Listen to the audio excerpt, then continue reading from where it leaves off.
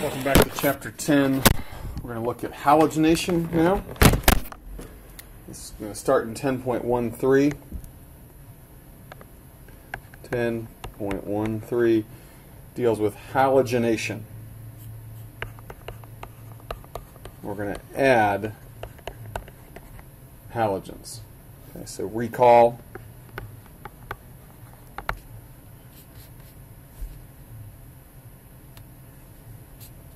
We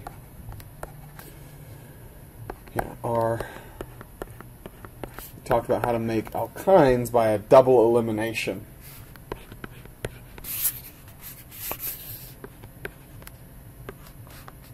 You can make alkynes by a double elimination.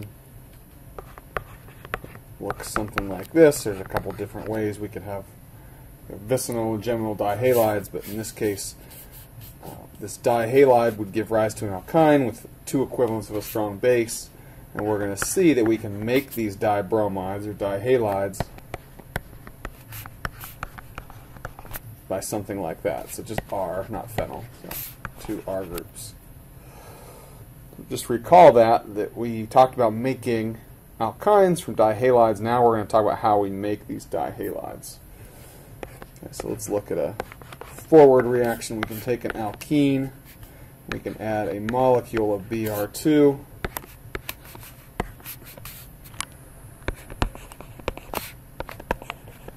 and we can synthesize a dibromide. So we're going to look at stereochemistry and all that stuff.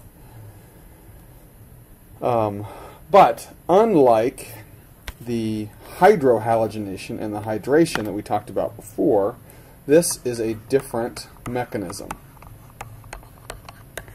The data suggests that there is no carbocation. Okay, so no rearrangements.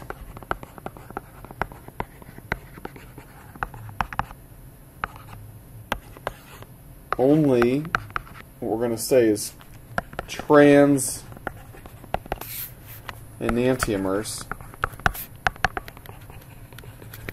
I put it in quotes because it's the perspective that you're looking at when you call it trans in an acyclic version, but there's some information here that suggests that there are no carbocations. These two both suggest no C+. Okay, so we've been talking a lot about carbocations for these reactions, and the next ones actually is a good break point from here to the rest of the alkene additions. We're not going to be showing carbocations. Okay, so I want you to transition to just a different type of mechanism. Another piece of information is that halogens, like Br2, we're just going to look at Br2 and Cl2. They are polarizable. We'll talk about that some as well. There's going to be a temporary dipole as electron density sort of fluctuates between Br2, even though they're both Br are the same, have the same electronegativity. Obviously, they're going to be different, or they're going to polarize. Okay, so let's look at the mechanism.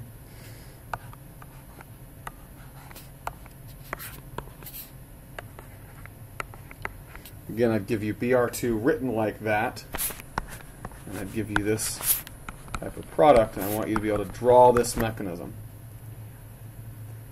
So you don't have to draw this part right here, but the polarization basically means that you have temporary sort of dipoles where you have both of these equally electronegative atoms. There's a fluctuation of electron density that's just going to basically, one's going to pull a little bit more than the other. It's just kind of going back and forth. This is a little bit how we rationalize this rate determining step here. And all that's happening is that we're not forming carbocation, and we're going to kind of explain this as we go. I'm leaving off the hydrogens. And when I say the Br2 polarizes, right, there's still lone pairs here.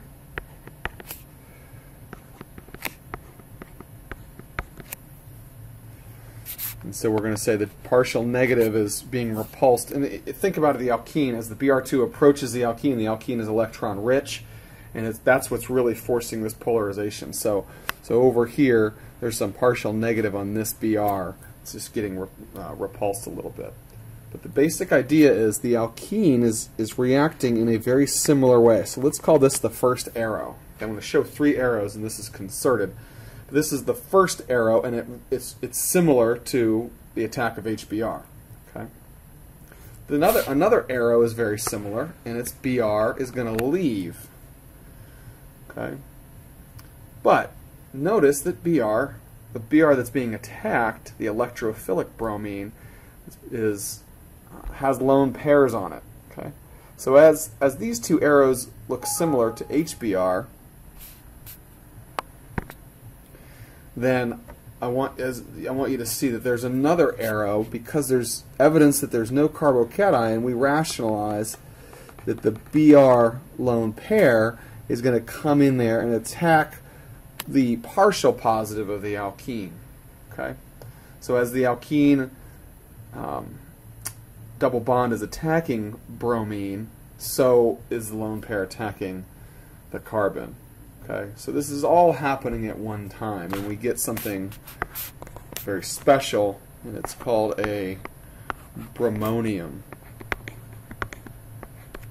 One of the few times that we're going to see a plus charge on a halogen. And of course, there's a Br minus with this. Okay. And then we're going to see, this is called a bromonium intermediate. And the Br minus is going to attack either carbon. Okay, we're showing one carbon attacking. It's going to attack this. You've got to show that pair of electrons then leaving. This is a strange ring. I want you to recall epoxides.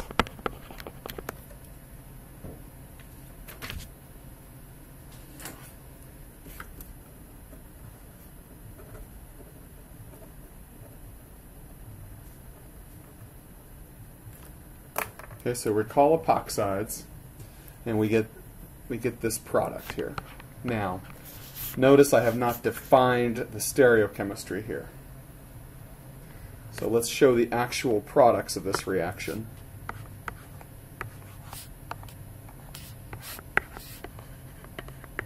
What do we get? We get 2 enantiomers. This is what we mean by trans.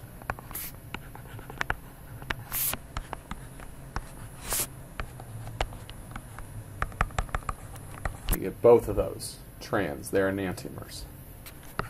We get a racemic mixture. Okay? So, how do we explain this stereochemistry? Let's take a shot at that. So again, we're looking at this mechanism in more and more detail. Okay? So,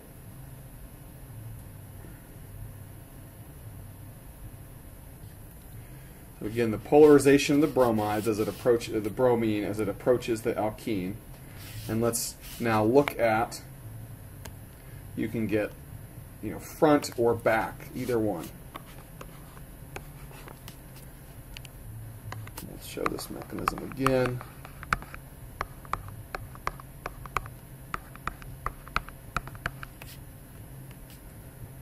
So we're going to say that Br2 is going to approach the front face, so this alkene is going to attack the bromine, this lone pair is going to attack, and it's going to leave. All 3 of those arrows are necessary. Okay, so we're going to get front, the bromonium is in the front. Okay.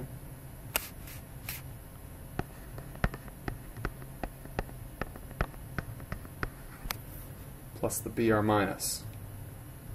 Or, the exact same thing can happen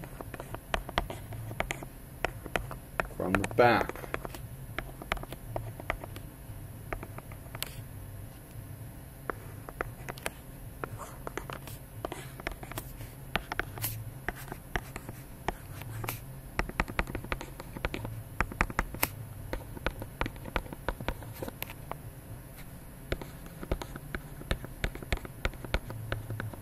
Okay, there's a couple different ways to look at this.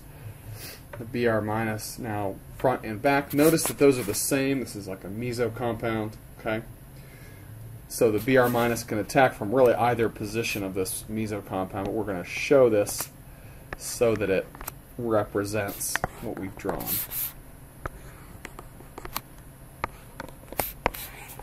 Okay. Notice inversion, SN2 like. Okay. Here, this Br minus that I just circled is coming from the back face and inverting this stereo center right here. Okay, that's the one that came from the back face. Here, the one comes from the front face. Okay, you get inversion, SN2 like inversion. Okay, we also call this anti-addition. Okay, we only get the trans enantiomers. This is a stereo-specific reaction.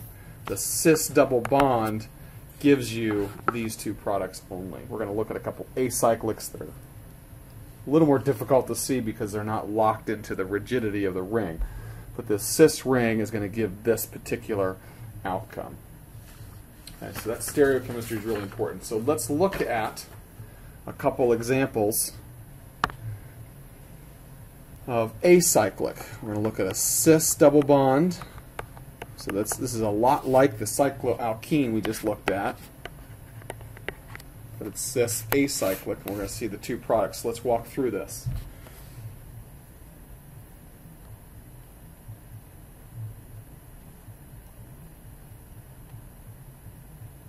So we're going to show this differently, okay? I'm going to show this, I'm going to tilt it on its side so I can talk about up and down, because again, the understanding of this is really important. Because we draw acyclics different than we draw rings. So I've just tilted it, right? If you ever use wedges and dashes on an alkene to understand, you got to make sure you have wedges and dashes on both sides. All I did was tilt this 90 degrees so we can kind of look at it from the side. So then what happens? The Br2 can come from the top or the bottom, okay? And because this is a symmetrical olefin, it doesn't matter. We're going to show one representation.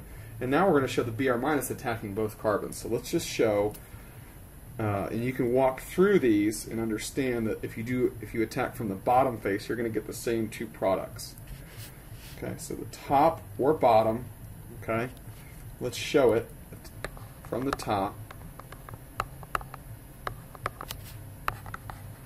Again, we get that polarization, the Br2.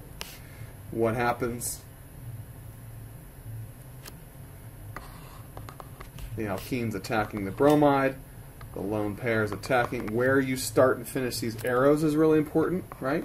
This arrow is attacking that carbon. Can't show it perfectly on the screen. It's attacking that carbon. This pi bond somewhere in the middle is attacking the bromine, and then the Br is leaving the Br as a Br minus. So let's show this now. Putting the Br up top.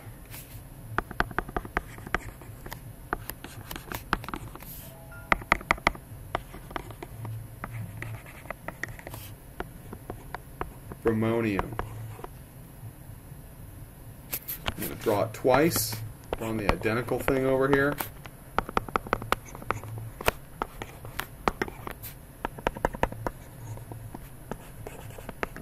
It's a CH3 there.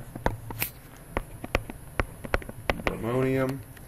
And we're going to show the Br minus attack each carbon.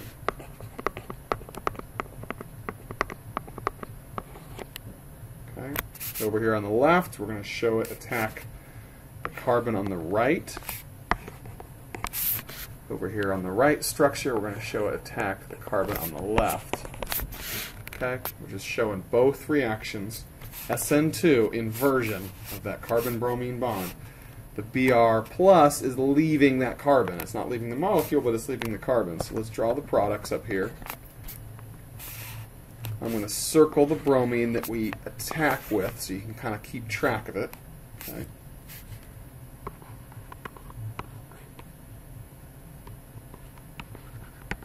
Leave off the lone pairs for just some clarity.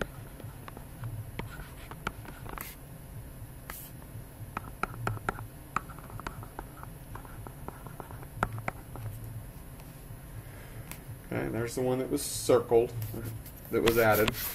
Same thing over here. Let's show this product now. Added that one.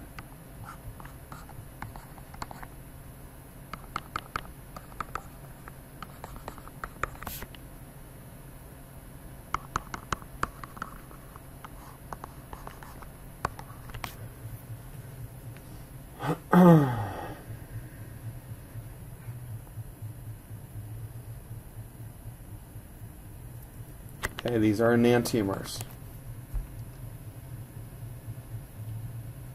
Okay, study those a little bit, see that they're enantiomers. You can rotate them around, etc. These are enantiomers of one another. Okay? This is what you get. So you get the same thing with a cis, whether it's cyclic or acyclic. Okay? Again, you have to work through all of these over and over. Okay? So cis gives enantiomers. These are for when the R groups are the same. Okay. So let's look at a trans. Again, we're going to see this mechanism over and over.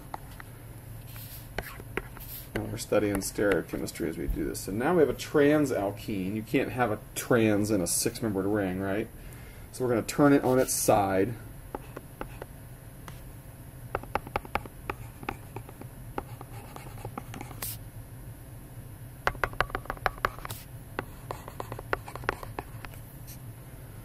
And what happens? Okay, the Br2 is going to be added to the alkene to form this bromonium. Middle of the alkene is attacking this lone pair, or any lone pair on that bromine, and then that's going to leave. What do you get? I'm going to draw them both.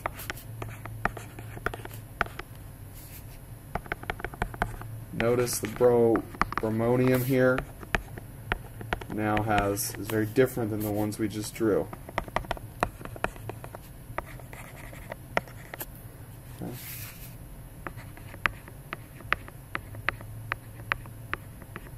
There's one.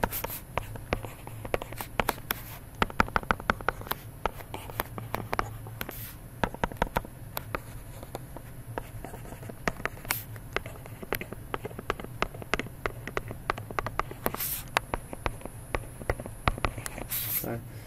Again, either one. There's that one.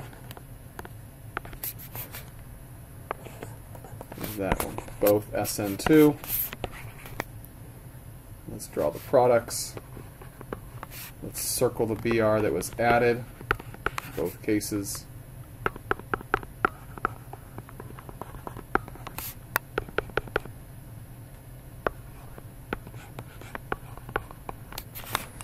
There's one.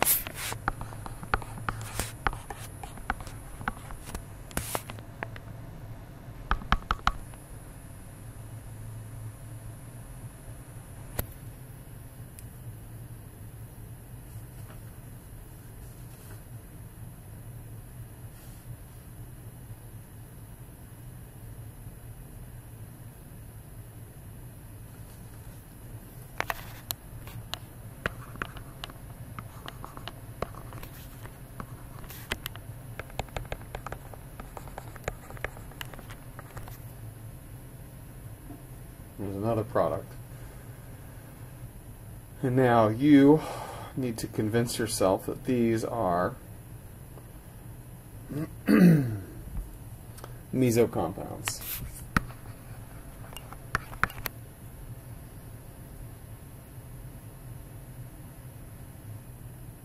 And they are. They're identical.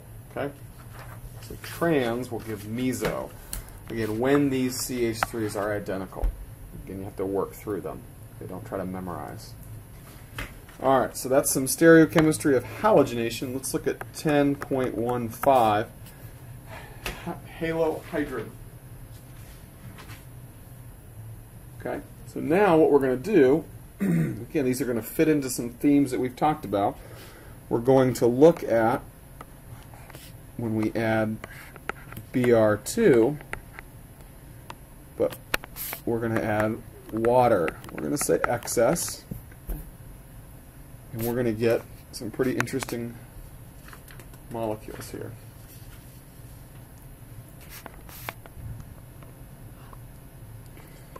I'm going to draw the ring there. I'm not going to fill in the answer yet. Let's work through it. What happens here?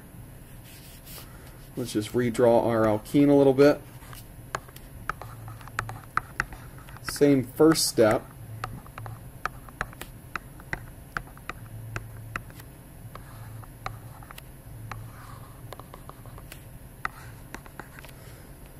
To give what? Bromonium. We're going to show one particular. Put in the H's this time, just so you can see them. Bromonium. There's a Br minus there.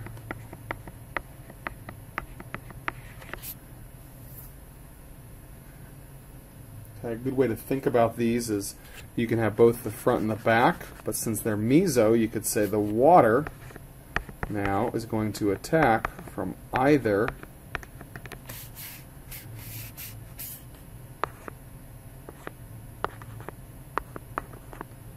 carbon. Okay. So either, in fact, both of these back face. That's pathway A. These both happen equally. There's no way to prefer one of these. Okay. Again, you should draw this all out again and work through it. A or pathway B. Okay. What do we get? We get two enantiomeric intermediates.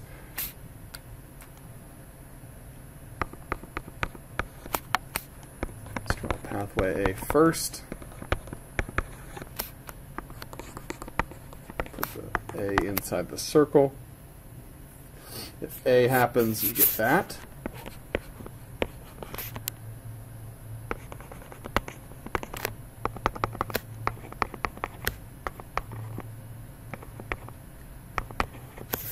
There's a Br minus associated with each.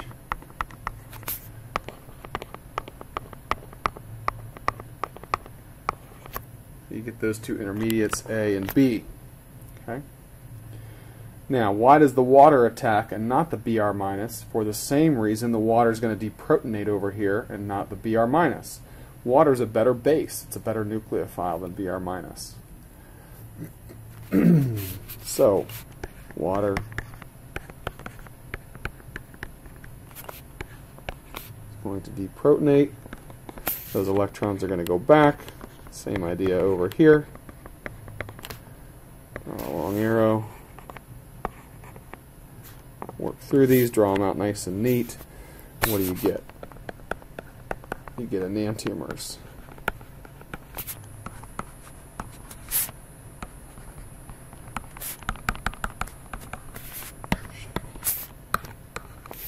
What's your byproduct? In both cases, you get H3O plus, Br minus as your byproduct. Okay. 50-50 mix of enantiomers. Okay. There's some, let's see, I'll give you some take home, work through this mechanism. Br2, H2O excess. You should be able to work through all of these with chlorine. It's all the exact same stuff. Chlorination and bromination are the only two halogenations we talk about. Okay, fluorine's way too violent and iodine is too slow. Okay, so but you should work through that one. The products. You should work through that one. Cis and trans in the same way that we did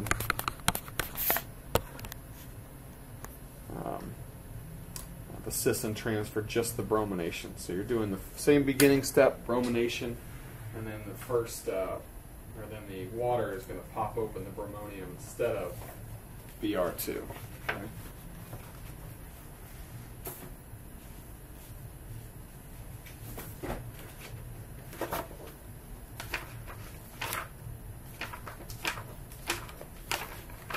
Just looking through something here really quick. Just hang on a second.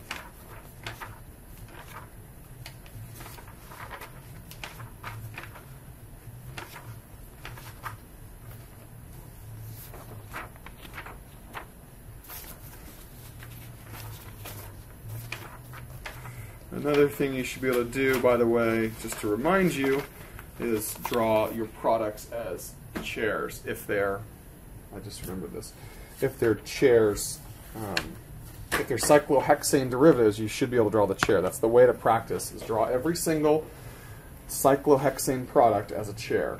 Okay?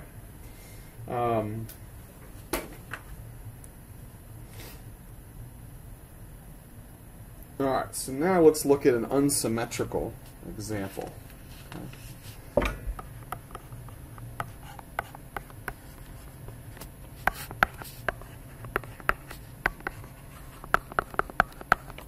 The same reaction, but with an unsymmetrical alkene. So what's going to happen here? Let's turn it on its side a little bit.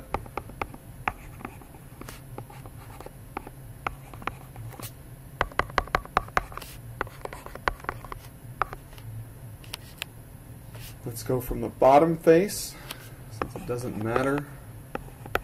It's going to do both.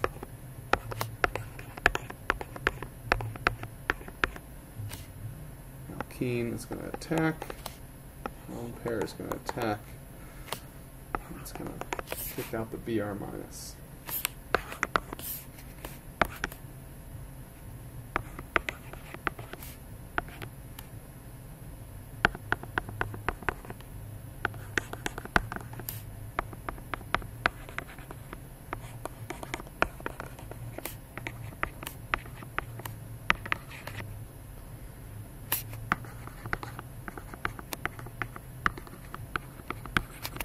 Instead of Br minus attacking, we have water, but now we have a choice of which carbon to attack.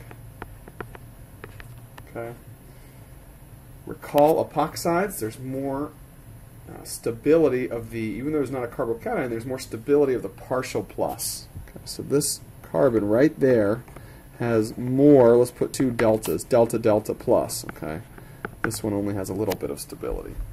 Okay, so that's why the water is going to pop open that ring. Okay, still SN2, even though it's what we call inconsequential.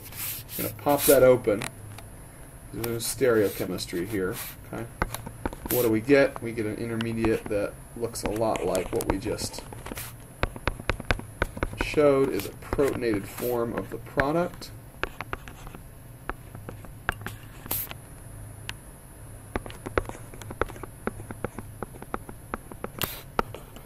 Br minus is spectator in this. What's going to happen? Excess water. Same thing we've been showing all the time. Water is going to deprotonate because you got excess.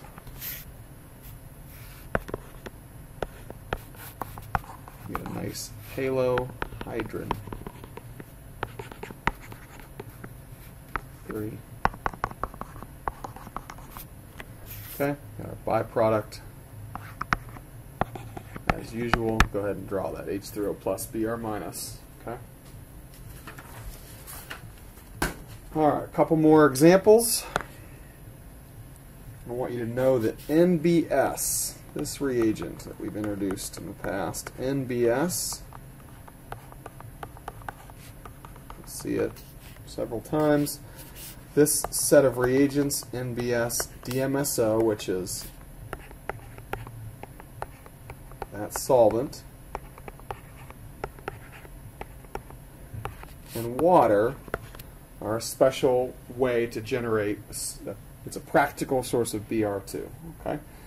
And we don't need to go through the mechanism and things like that, but it's a form of Br2. Br2 is pretty nasty stuff, actually.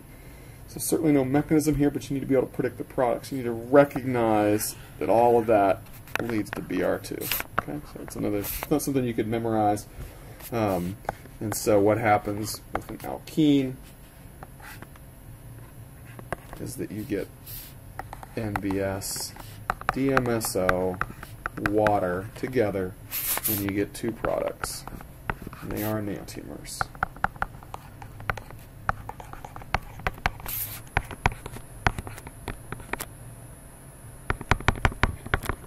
Okay. 50-50 mix. So NBS, DMSO, water gives you Br2. Let's look at another example of an unsymmetrical alkene. We're going to use Cl2, H2O excess. And what do we get? Let's work through this. Let's just draw it.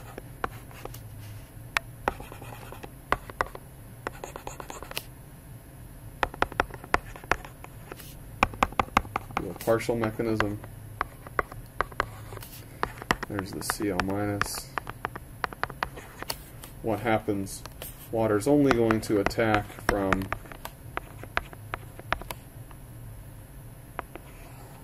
one side, regio selectivity, one region. Okay. Gives us the protonated form of that.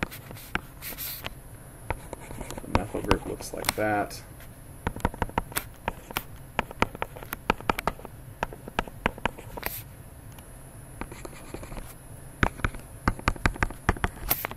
Right, water is going to deprotonate that.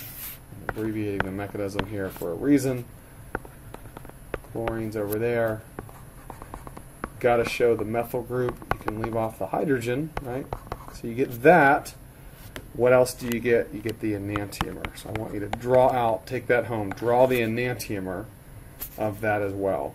Okay? You're going to get everything switched because the chlorine's going to attack from the back face as well, right? So there's an enantiomeric series here, so draw all that out. Recall that you can make epoxides. Let's just show that on another slide. You can take this, you can deprotonate that, and add sodium hydride. You get the O minus, and that O minus is going to attack the chloride, do SN2.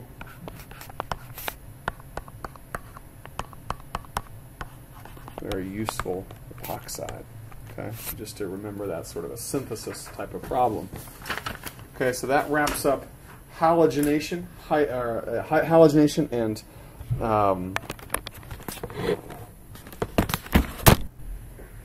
the halohydrin is really part of halogenation. Okay, so 10.13 with halogenation, we looked at stereochemistry, and then we looked at halohydrin formation and the stereochemistry of that, stereochemistry and regioselectivity of these. Okay. And that last part is figure 10.13. You can see the synthesis of estrone from a chlorohydrin, very useful to make an epoxide, etc. So that wraps up that. We'll have another lecture on hydroboration, and that's the end of this one.